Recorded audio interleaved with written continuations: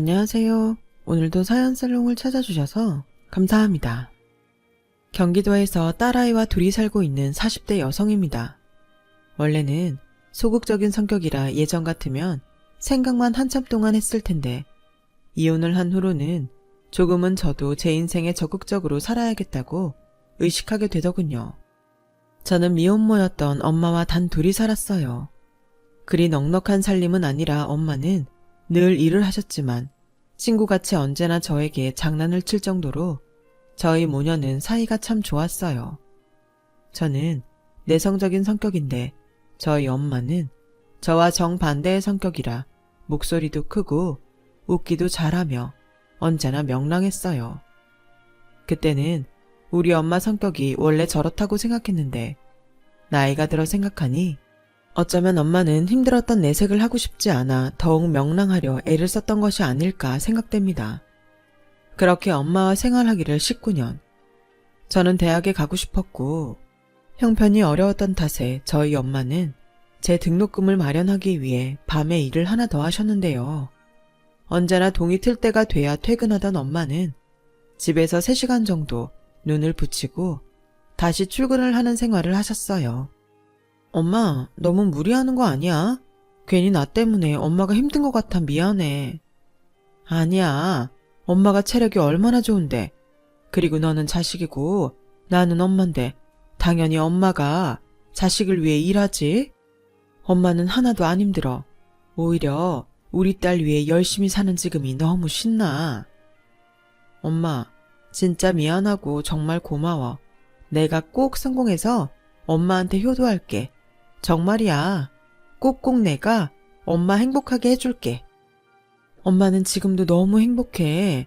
그리고 앞으로도 엄마의 행복은 네가 행복한 거고 그게 효도야. 세상의 모든 엄마는 이렇게 한결같고 슈퍼어머니일까요? 이제사 엄마와 비슷한 나이가 된 저는 그때 엄마의 모습이 유독 자꾸 떠오릅니다. 그렇게 열심히 살았던 우리 엄마. 저는 엄마를 위해 그리고 엄마의 말대로 행복한 미래를 위해서 정말 열심히 공부했어요. 가난한 사람이 가장 확실하게 성공할 수 있는 비결은 역시 공부뿐이라고 생각했으니까요. 그런데 제가 수능을 100일 정도 앞두고 일이 하나 생겼어요. 고단했던 생활 때문인지 엄마는 일하는 도중 사고를 겪게 되었고 공장에서 자기 몸보다 훨씬 큰 기계를 다뤘던 엄마는 엄마 먼저 간다. 학교 잘 다녀와 딸. 하고 출근을 하시고는 영원히 집으로 돌아오지 못하셨어요. 산재였어요. 하지만 공장은 엄마의 산재를 인정하지 않았고 힘은커녕 아직 학생이었던 저는 고작 500만 원이라는 보상금을 받고 엄마의 장례를 치를 수밖에 없었습니다. 엄마는 고아였어요. 그래서 가족이 없었고 저 역시 아빠라는 존재를 모르고 태어난 아이라 친척이라는 사람은 아무도 없었죠. 그래서 장례도 혼자 치러야 했어요. 공장 사장이라는 사람한테 받은 그 돈으로요. 그리고 19살이었기에 고아원에 갈 수도 없었던 저는 홀로 생활하게 되었고 감사하게도 엄마가 남겨준 돈이 있었기에 당분간은 학교를 다니며 버틸 수 있었어요. 그렇게 저는 수능 시험을 받고 가채점을 했는데 점수가 평소보다 더 좋게 나왔고 엄마가 살아계셨다면 참 기뻐하셨을 텐데 저는 어느 누구에게도 칭찬받지 못했죠. 좋은 점수를 받아놓고도 대학 진학을 고민해야 했어요. 분명 저는 대학에 가고 싶지만 졸업까지 하기에는 경제적인 고민을 하지 않을 수 없었어요. 마음 같아서는 장학금을 받으며 계속 학교에 다니면 되지 않을까 생각도 했지만 그게 그렇게 쉬운 일 같지는 않더군요. 하지만 그렇게 고민을 하던 제 눈에 엄마가 잠잘 때도 풀어놓는 법이 없던 14K 목걸이가 눈에 들어왔어요. 그 순간 엄마는 내가 어떤 결정을 하길 원했을까 생각하니 답은 이미 제 자신이 너무나도 잘 알고 있었어요. 저는 깊게 고민하지 않고 일단은 대학에 가기로 했어요. 엄마가 저의 대학 등록금을 벌기 위해 그렇게 노력을 하셨는데 제가 그 돈으로 대학에 가지 않는다는 건 말이 되지 않는다고 생각했죠. 그래서 저는 겁없이 대학에 들어갔어요. 그리고 정말 딱 한 학기를 다니고 돈이 없어 휴학을 하게 되었고, 대학을 다니면서 줄곧 아르바이트를 하긴 했지만 제가 번 돈은 생활비 정도밖에 되지는 않았죠. 어쩔 수 없이 저는 1학년 1학기를 마치고 더 많은 돈을 벌기 위해 하루에 아르바이트를 3개, 4개 정도까지 했었어요. 어떻게든 조금씩이라도 돈을 모아 2학기 등록금을 만들어야 했고, 또 다달이 나갈 생활비도 벌어야 했기 때문에 저는 하루에 알람을 10개 정도 맞추고 생활했었죠.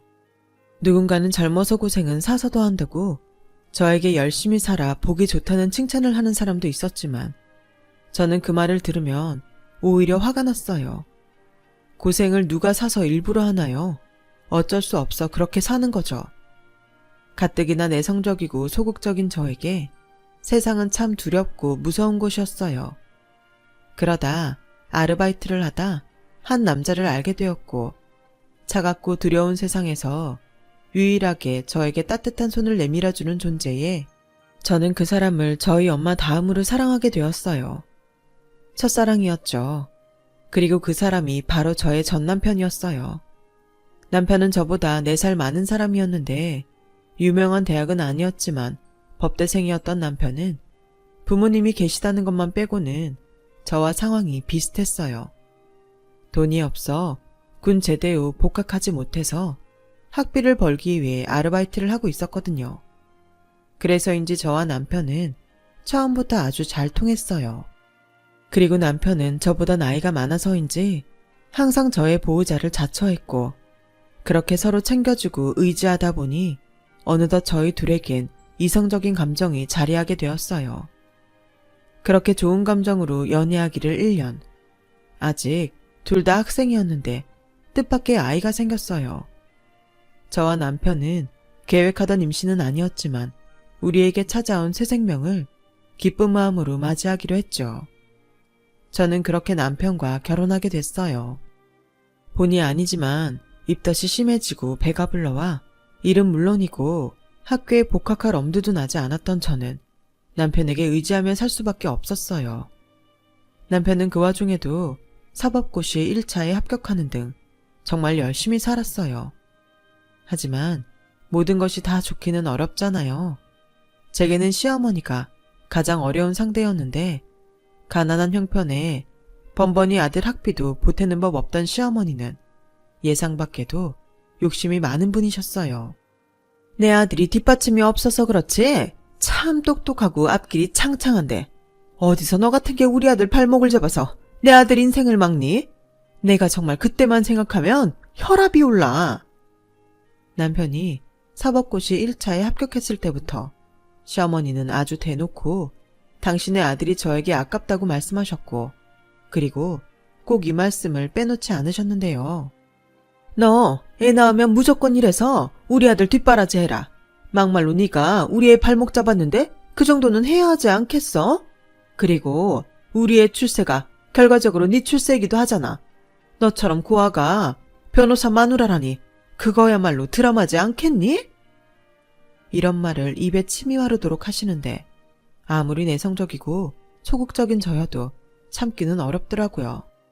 그런데 그때까지는 남편이 고맙게도 제가 뭐라고 하기도 전에 먼저 나서줬어요. 엄마, 그만 좀 해요. 엄마도 나 대학 입학할 때 처음 등록금 마련해주면서 이 다음은 나보고 알아서 하라고 했잖아요. 누가 들으면 엄마가 나 등록금 다 대준 줄 알겠네. 뭐야? 너 지금 널 낳아준 엄마보다 네 발목 잡은 애 편드는 거니? 네, 이제 나한테 가장 가까운 가족은 지연이에요. 그러니까 엄마, 계속 지연이한테 뭐라고 하시면 저 이제 집에 안 올 거니까 그런 줄 아세요. 다행이었죠. 제 입으로 저런 말을 하면 시어머니가 또 길길이 날뛸 것이 분명한데, 남편이 먼저 저렇게 말하니 시어머니도 그 이상은 뭐라고 하지 못하는 눈치셨어요. 그리고 남편은 대학 졸업 후에도 여전히 일과 공부를 병행해야 했고, 지금은 없어졌지만 사법고시라는 것이 참 죽기 살기로 해도 어려운 거더라고요. 그래서 저는 출산 후 결심을 했어요. 마음 같아서는 저 역시 복학을 해서 학업을 이어가고 싶었지만 시어머니 말대로 남편이 성공하면 저 역시 못다한 공부도 할 수 있고 지금보다 훨씬 나은 생활을 할 수 있으니까 남편의 뒷바라지를 하기로 했죠. 자기야, 내가 생각해봤는데 자기는 이제 일하지 말고 공부만 해. 돈은 내가 벌게. 뭐? 자기 출산한 지 얼마 되지도 않았잖아. 괜찮아. 내가 안 괜찮아. 남들은 어디 절에 들어가서도 하루 종일 공부만 한다는데. 그러지 말고 지금부터라도 다른 생각 말고 공부만 해. 자기가 성공해야 우리 형편도 좋아지지. 나는 우리 딸은 우리처럼 힘들게 공부하지 않았으면 좋겠어. 정말 괜찮겠어? 그럼. 그러니까 자기는 우리 가족을 위해서라도 공부에만 집중해. 알겠지? 고마워 자기야. 나 진짜 열심히 해서 성공해서 우리 마누라랑 우리 딸 고생하지 않고 편하게 살게 해줄 거야. 나만 믿어. 저는 남편 말대로 남편을 믿었어요. 그래서 지금의 힘든 시간이 지나면 저에게도 봄 같은 따뜻한 인생이 펼쳐질 거라고 생각했고 그 후 저는 아르바이트가 아닌 작은 사무실에 여직원으로 취직을 했어요. 틈틈이 부업에 저녁에는 대리운전까지 하면서 생활비와 남편의 뒷바라지를 했어요. 그 때문에 저희 딸은 100일이 지나고 어린이집을 가야 했죠. 제가 또 밤에 대리운전까지 하니 남편이 애를 들쳐업고 공부를 하는 등 정작 애볼 시간은 없이 그렇게 열심히 살았어요. 정신없이 산다는 것이 그런 건지 일도 몸에 있고 마음에 여유가 생기다 보니 저는 30대가 되었고 딸아이는 초등학교 입학을 앞두고 있었죠. 그런데요, 정말 이상한 건 아르바이트를 하며 또 학교를 다니며 사법고시 1차에 합격했던 남편은 이젠 공부만 해도 된다고 했는데도 사법고시를 패스하지 못했어요. 솔직히 저는 길게 5년, 짧게는 2, 3년을 생각했는데 사법고시가 그만큼 어려운 건지 아니면 남편에게 어떤 절실함이 사라졌는지 제가 기다리던 최종 합격의 소식은 들려오지 않더라고요. 그렇게 결혼 10년 차에 들어갔어요. 때론 남편이 열심히 공부를 하지 않아 저만 힘든 것이 아닐까 싶어 남편에게 잔소리도 하고 간혹 서로 서운한 마음에 부부싸움도 하고 서로가 서로에게 미안하고 짠해서 서로를 위하는 날도 있었는데 드디어 제가 꿈에서라도 듣고 싶었던 남편의 사법고시 최종 합격의 소식이 전해졌어요. 마치 복권 1등에 당첨된 듯 그 소심한 제가 기뻐서 소리를 질렀네요. 그리고 저희 집은 물론이고 시댁까지 잔치가 벌어졌어요. 그야말로 고생 끝, 행복 시작이라는 듯 저희 가족은 모두 앞으로의 윤택하고 행복한 생활을 기대하고 있었죠. 그런데 남편은 꿈에 바라던 변호사가 되고부터 조금씩 달라지기 시작했어요. 처음엔 어디 로펌에 취직을 했는데 대표 변호사 눈치가 보인다며 자기도 변호사인데 자기 맘대로 하지 못한다며 불만이 많더니 한 번은 일을 마치고 들어왔는데 득달같이 제 손을 잡더니 이렇게 말했어요. 자기야, 아무래도 나 사무실 내야겠어. 변호사면 뭐해? 순전히 월급쟁이잖아. 대표 변호사가 얼마나 많이 챙기는 줄 알아? 내가 뼈 빠지게 기록 보고 재판에서 이겼는데 돈을 나보다 지가 더 가져가더라고. 남편은 신입 변호사라 인센티브도 다른 변호사보다 적다며 저에게 사무실을 개원하게 돈을 달라고 했고 여직원 월급이 얼마나 된다고 저는 당장은 어려우니 우리 같이 벌어서 사무실을 차리자고 말했는데 남편의 표정이 싸늘하게 변했어요. 그리고 그 후부터 저에게 말 한마디도 하지 않고 저와 딸아이를 없는 사람 취급을 하는데 딸애한테까지 그러니 저도 참을 수가 없더라고요. 자기, 애도 아니고 지금 이게 뭐 하는 거야? 뭐가? 왜 가만히 있는 사람한테 시비인데? 지금 내가 사무실 차릴 돈 안 줬다고 이러는 거야? 내가 돈이 있는데 안 줘? 나도 없어서 못 주는 거잖아. 내가 진짜 말을 안 하려고 했는데 내가 자기 뒷바라지 하느라 몸이 안 아픈 데가 없거든? 남편이 변호사면 뭐해? 나는 달라진 게 없는데. 그러니까 더더욱 내가 개원을 해야 한다고. 머리가 안 돌아? 내가 나만 좋자고 이러는 게 아니라니까. 됐고, 앞으로 생색내려거든 나한테 아무 말도 하지 마. 나 자기 도움 없이도 대출 받아서 개원할 거고 나중에 나한테 딴소리나 하지 마. 알겠어? 저는 남편이 변호사만 되면 앞으로 행복할 날만 있을 줄 알았어요. 그런데 오히려 저를 무시하는 남편을 마주하니 그제야 제가 바보처럼 느껴졌고, 시어머니는 시어머니대로 사무실 개원할 돈도 없는 저 같은 며느리보다 돈 많고 능력 있는 며느리가 줄을 선다며 말 같지 않은 말로 저에게 상처를 줬어요. 지금이라도 감이 안 될 것 같으면 이혼을 해. 우리 아들은 이혼해도 돈 많고 능력 좋은 여자들이 줄을 선다. 어머니, 무슨 말씀을 그렇게 하세요? 제가 그동안 어떻게 살았는지 아시잖아요. 저 사람 변호사 만드는데 저만큼 실질적인 도움된 사람 있어요? 어머님도 10원 한 장 보태신 적 없잖아요. 내가 너 그 말 왜 안 나오나 했다. 그깟 얼마 되지도 않는 돈으로 유세 떨면 내가 벌벌 할 줄 아니? 실질적인 도움? 웃기고 있네. 네가 진작에 내 아들 미래를 보고 발목 잡았잖아. 그리고 어디서 감히 나랑 비교를 해? 난 잘난 내 아들을 낳은 사람이야. 너같이 별 볼 일 없는 애야 나한테 해줄 것도 없지만 우리 아들 사위 삼게 해달라고 나한테 집이며 차며 준다는 사람이 얼마나 많았겠냐고. 넌 내 아들 발목만 잡은 게 아니고 내 발목도 잡은 거야. 이게 내가 지금 얼마나 참고 있는데 감히 나를 건드려? 아, 그러세요? 그럼 이제라도 제가 물러날 테니 그동안 남편 변호사 만든다고 쓴 돈 어머님이 주세요. 어머님 말씀처럼 제가 번 돈이 얼마 되지도 않잖아요. 그 돈 시원하게 주시고 새 며느리 얻으시면 되겠네요. 뭐야? 그 돈 못 주실 것 같으면 어머님도 앞뒤 가리지 않고 말씀하시는 거 조심하세요. 저도 이제 예전 같지 않거든요. 어머님이 뭐라고 하시면 저도 똑같이 뭐라고 할 거니까. 저 이제 만만하게 보지 마세요. 아마도 그날이 제가 처음으로 시어머니에게 제 목소리로 큰 소리를 냈던 날이었을 거예요. 저야 뭐 시어머니와 잘 지내고 싶은 마음도 없었고 남편도 예전 같지 않으니 이제는 제 자신을 제가 지켜야겠다고 생각했거든요. 그리고 그날 이후 어머니는 저만 보면 더 심술을 부리셨는데 제가 목소리를 내면서부터는 묘하게 속이 시원하더라고요. 예전 같으면 제 편을 들어줬을 남편이었는데 저와 그 돈 때문에 사이가 멀어지니 둘도 없는 효자가 되더군요. 누군가는 아마 그렇게 살 거면 이혼하지? 라고 생각하실 수도 있는데 저는 그때까지도 이혼할 생각은 추호도 없었어요. 딸아이도 있고 다시 혼자가 된다는 건 이혼보다 저에겐 두려운 일이었죠. 하지만 그렇게 생각하기를 3개월도 지나지 않아 제 인생을 송두리째 흔들어 놓는 일이 벌어졌고 그 일의 시작은 남편의 외도였어요. 찬바람이 쌩쌩 불던 저와 남편이었는데 어느 날부터 남편은 혼자 희죽희죽 웃는 날이 많아졌고 핸드폰에는 전에 없던 잠금 패턴이 생겨났어요. 누가 봐도 조금 의심스러운 상황이었는데 남편이 먼저 저에게 이렇게 말을 했어요. 나 투자 받아서 사무실 개업하게 됐어. 은행 대출 받으면 이자도 물어야 하지만 그냥 나 하나 믿고 투자하겠대. 글쎄 임대료도 자기가 알아서 한다고 나한테는 그냥 일만 하라고 하는 거 있지? 진짜 횡재했다니까.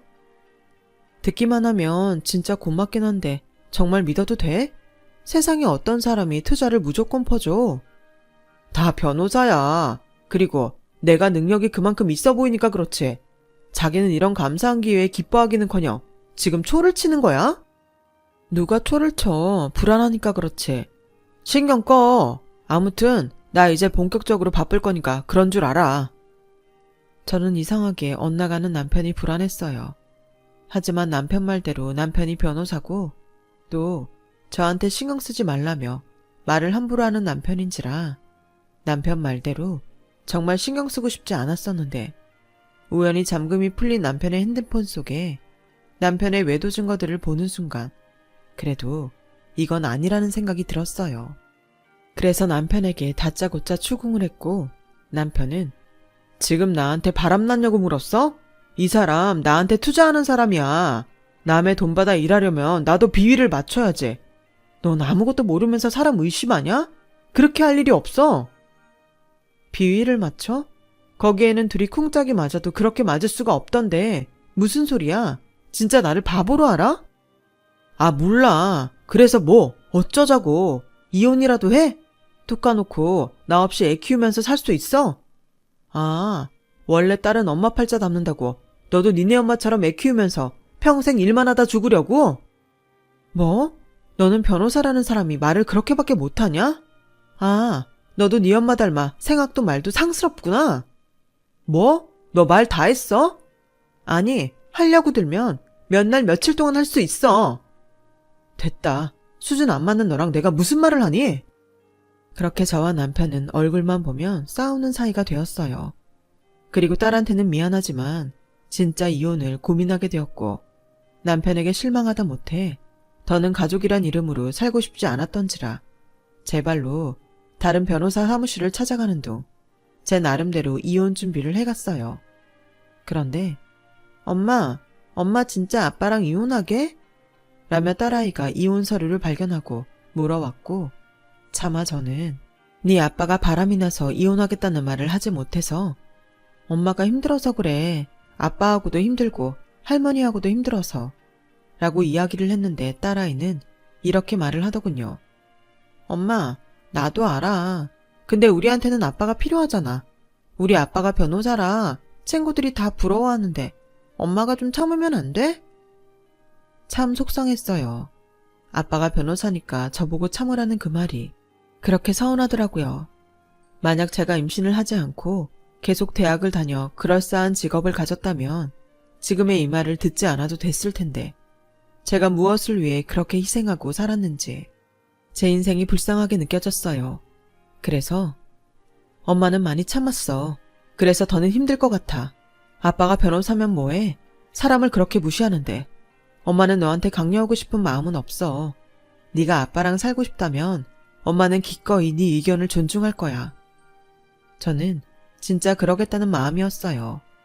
그때까지는 남편에게 적어도 부성애는 있다 라고 생각했으니까요. 그런데 본격적으로 합의 이혼을 진행하는 중 남편은 자기가 왜 애를 떠맡냐며 싫다고 했고 저희 부부가 이혼을 준비한다는 소식을 들은 시어머니도 저에게 애를 데리고 가라며 눈에 쌍심지를 켰는데요. 애는 네가 키워라.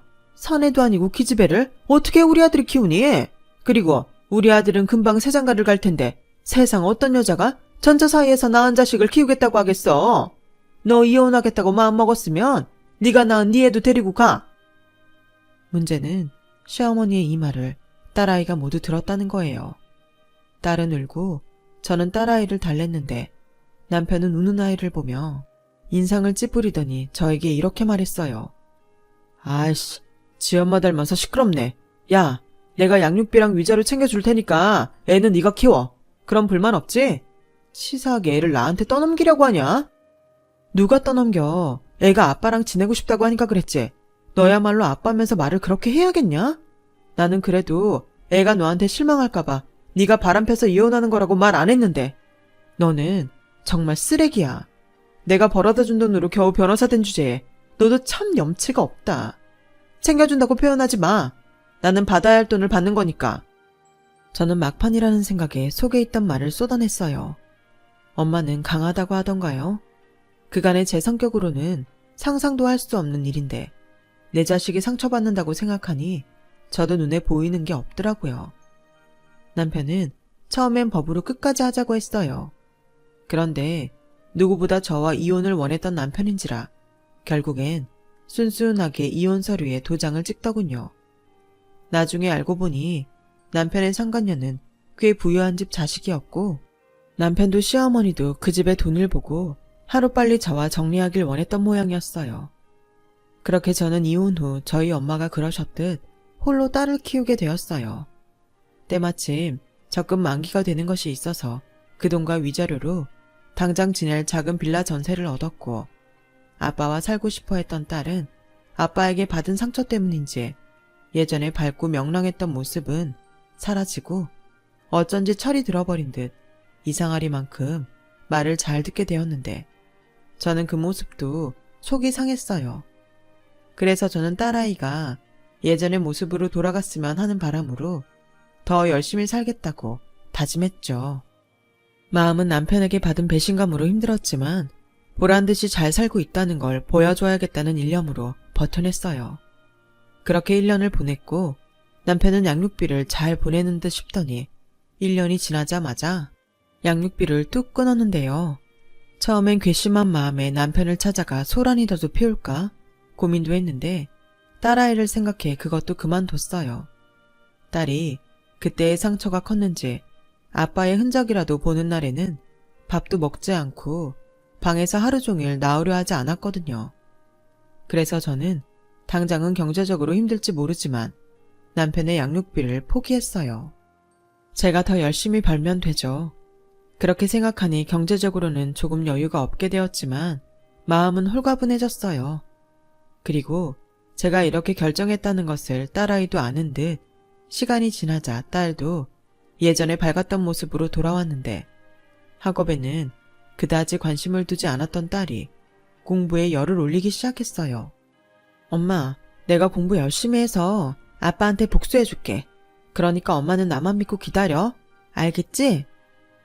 공부의 동기라는 게 좀 더 밝고 희망적인 것이면 좋았으련만 저는 아빠에게 복수하겠다며 공부에 열중하는 딸을 안타깝게 생각했지만 말리지는 않았어요. 다 인과응보잖아요. 그리고 저는 운 좋게 한 요양원에 취직하게 되었고 청소나 기타 허드렛 일을 하는 정도였지만 워낙 시설이 좋고 깨끗한 곳이라 그렇게 고되지는 않았어요. 그렇게 저와 딸은 각자 열심히 살아갔고 열심히 노력한 끝에 딸아이는 처음으로 전교에서 4등을 하는가 하면 저는 요양원에 계시는 어르신들과 제법 많이 친해져 일이 더 수월해졌는데 그러던 중 정말 믿기 어려운 일이 저에게 일어났어요. 지연씨, 3층 순아 할머니한테 뭐 잘못한 거 있어요? 아니요, 왜요? 그분이 갑자기 자기를 찾는다? 확인할 게 있다고. 지금 당장 오래. 원래 한번 뭐가 마음에 들지 않으면 장난 아니거든. 우리 요양원에서만 벌써 8년을 계신 분이잖아. 자기, 정말로 뭐 실수한 거 없어? 없는데? 어제 그냥 청소만 해드렸는데 별 말씀 없으셨어요. 제가 가볼게요. 그래, 조심해. 노인네가 힘이 장사야. 저는 잔뜩 긴장하고 3층으로 향했어요. 그리고 병실 문을 열고 들어갔는데 이혼 후 저 역시도 한 번도 풀어놓지 않았던 돌아가신 엄마의 목걸이가 그 할머니 손에 들려 있었고 할머니는 저를 무섭게 빤히 쳐다보셨어요. 이거 자네 건가? 네, 언제 풀어졌지? 혹시 이것 때문에 저 찾으신 거세요? 이거 어디서 났어? 그쪽이 산 물건이 아닐 텐데? 아, 그게 저희 엄마 유품이에요. 유품? 엄마 이름이 뭐야? 이 유자 정자 쓰셨는데? 저는 저에게 계속 추궁하는 할머니에게 순순히 대답했죠. 목걸이를 돌려받으려 했어요. 그런데 예상 밖에도 할머니는 닭똥 같은 눈물을 뚝뚝 흘리셨고 곧이어 저에게 어마어마한 이야기를 해주셨습니다. 유정이는 내 딸이야. 내가 너무 가진 게 없어서 이러다가는 둘 다 죽겠구나 싶어서 고아원 앞에 두고 왔거든. 거기 있으면 밥이라도 먹고 학교라도 보내줄 것 같았지. 그래서 이름하고 태어난 날이랑 이 목걸이를 아이 손에 꼭 쥐어줬어. 근데 내 딸이 나보다 먼저 저 세상을 갔다는 말인가? 게다가 자네가 우리 유정이 딸이라고? 세상에, 이젠 다 포기하고 있었는데 하느님이 그래도 나한테 마지막 선물은 주시는구나. 저는 어안이 벙벙했어요. 마치 꿈을 꾸는 듯 싶었어요. 그날을 시작으로 저와 할머니는 각자 지나온 세월을 이야기했고 할머니는 엄마가 미혼모로서 살다 돌아가신 것에 눈물을 흘리셨어요. 그리고 제가 남편 뒷바라지를 하다 버림받았다는 사연을 들으시고는 저보다도 더 화가 나셔서 금방이라도 전 남편을 찾아가 홍구멍을 내겠다고 역정을 내시는데 그렇게 따뜻하고 든든할 수가 없더라고요. 하지만 만나면 이별이라고 혈육을 만나 기뻤지만 할머니는 90이 넘은 연세로 기력이 좋지 않으셨고 몇 번의 고비를 넘기시는 등 상태가 그렇게 좋지는 않으셨어요. 조금만 더, 아니 몇 년만 더 버텨주셨으면 저는 난생 처음 교회를 찾아가 기도하고 또 기도를 했는데 할머니의 병세는 좋아지기는커녕 한 번 감기에 걸린 후로 계속 좋지 않으시더군요. 급기야 마지막을 준비해야 할 것 같다는 말을 듣게 되었는데 저는 또다시 가족을 잃는다는 슬픔에 눈물을 흘렸지만 할머니는 덤덤하게 자신의 죽음을 받아들이시는 듯 보이셨어요. 당신의 딸이 이미 세상을 떠났으니 자기도 어서 딸을 만나러 가고 싶다고 하셨거든요. 그리고 저에게 어떤 번호 하나를 알려줬고 제가 그 번호로 연락을 하니 어떤 젊은 여자 변호사가 저를 찾아왔어요. 할머니께 말씀을 미리 들었습니다. 원래 할머님은 가족이 없으셔서 유산을 따님이 있던 고아원에 절반을 기증하고 나머지는 지금까지 계셨던 요양원에 기증하려고 하셨어요. 그런데 지금은 손녀와 증손녀가 있다고 유산의 80%를 손녀인 이지연 씨한테 상속하고 나머지를 요양원에 기증하시겠다고 내용을 변경하셨습니다. 네? 할머니께서 유산이 있으세요? 네. 할머님이 따님을 고아원에 맡기고 정말 악착같이 사셨대요. 그래서 한 푼 두 푼 모으신 게 상당한 액수가 됐어요. 언젠가 딸을 만나면 주겠노라 쓰지도 않으셨다는데 이렇게 다행히도 손녀분을 만나셨네요. 제가 할머니하고 알고 지낸 지가 좀 됩니다. 근데 얼마 전 손녀분을 만났다는 이야기를 하실 때처럼 밝은 목소리는 들어본 적이 없었어요. 조금만 더 빨리 만났으면 더 좋았을 텐데. 저는 그렇게 감도 오지 않는 유산을 받게 되었고 정확한 액수도 모르는 가운데 할머니와 이별을 하게 되었어요.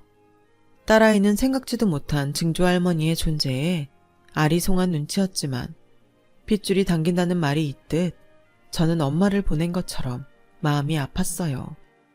그리고 며칠 후 저는 할머니의 유산 중 80%를 받게 되었고 제 통장에 무려 68억이라는 숫자가 찍혀 있었는데요.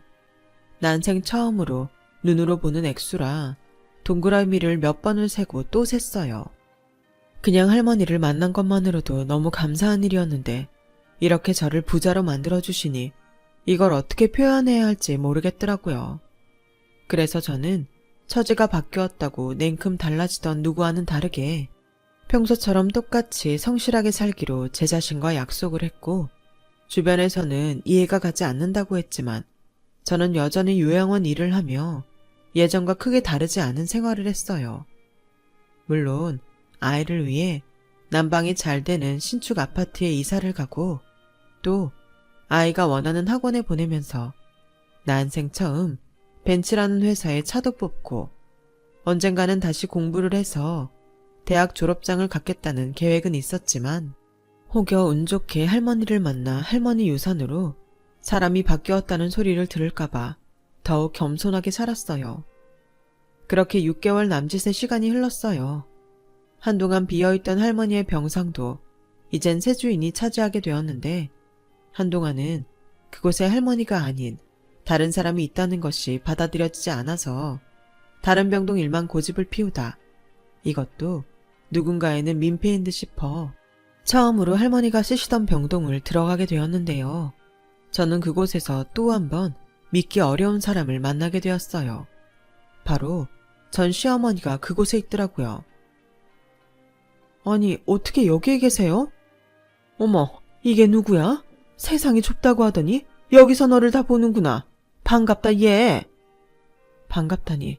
저는 저를 반갑다고 하는 전 시어머니를 보고 눈살이 저절로 찌푸려졌어요.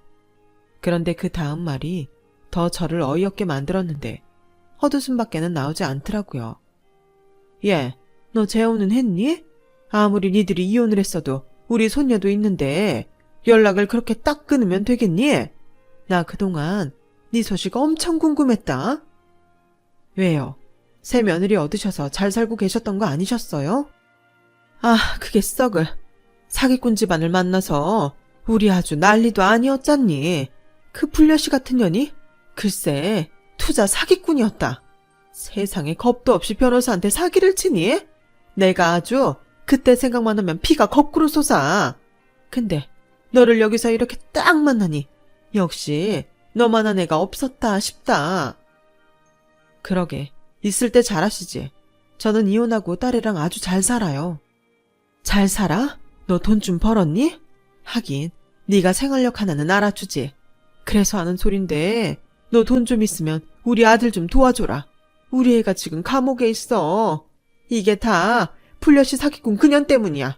우리 애는 억울하게 당한 거라고. 얘, 우리 예정을 생각해서, 아니 이번 기회에 니들 재결합하기 위해서 네가 좀 나서봐라. 제가 왜요?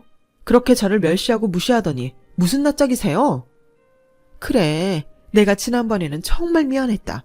사람은 누구나 실수를 하는 거잖아. 너는 실수 안 하니? 저도 실수라면 큰 실수를 했었죠. 어머니의 그 잘난 아들 뒷바라지를 했잖아요. 근데 이제는 아니에요. 절대 제가 다시 그 짓을 하는 일은 없을 테니 꿈 깨세요. 아니, 니들 사이에는 자식이라는 끈이 있잖아. 끈이요? 그 끈 먼저 잘라낸 사람이 누구죠? 됐고요. 어머님이나 찾아오는 사람 없이 여기서 쓸쓸하게 지난날 반성이나 하세요. 뭐야? 이게 아주 못 보던 사이에 아주 돌았네? 야, 너도 여기서 일하는 주제면 구질구질하기는 매한가지지. 어디서 잘난 척이야? 왜? 우리가 망했다고 하니까 너보다도 못 사는 것 같냐? 잘 살던 못 살던 안 궁금하고요. 앞으로 저 보시더라도 아는 척하지 마세요. 뭐야? 저는 서둘러 병동을 나왔어요. 그리고 퇴근 시간도 이미 지난 후라 서둘러 옷을 갈아입고 주차장으로 향하는데 글쎄 거기까지 저에게 해코지라도 하겠다고 쫓아왔더라고요. 저는 황급히 차에 시동을 걸었고 제가 차에 타는 순간 시어머니는 차 앞을 가로막으며 제 차를 요리조리 살폈어요.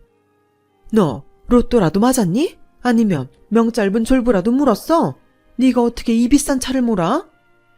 지금 뭐 하시는 거예요? 비켜요.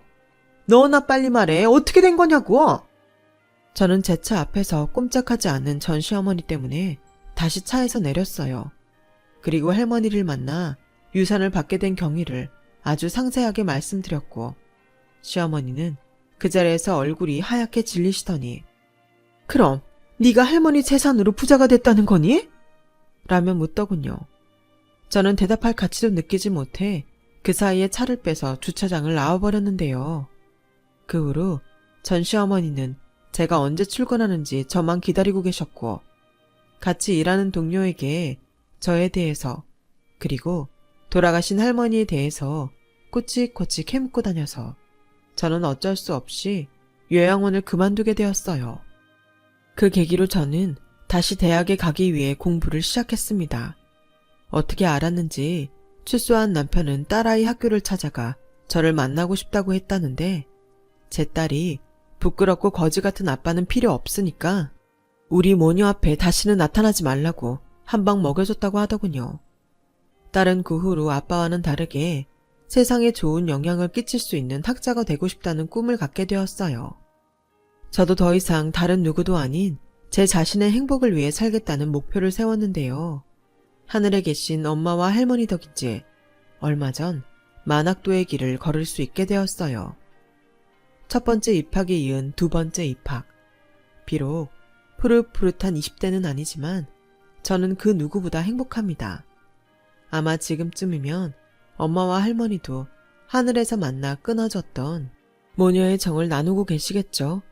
저 역시 제 딸과 많은 추억과 세월을 공유하며 늦은 만큼 더 많이 행복하고 보람된 인생을 살아가려 합니다. 이번만큼은 저도 제 딸한테 멋진 엄마의 모습을 꼭 보여주고 싶네요. 지금까지 저의 이야기 들어주셔서 대단히 감사합니다. 부디 여러분들도 여러분만의 행운을 만나시길 바라며 건강이 최고입니다. 건강하시고 행복하세요. 여러분, 사연 댓글에 응원과 현명한 조언 부탁드려요. 좋아요와 구독은 저에게 큰 힘이 됩니다. 오늘도 좋은 일 가득하세요.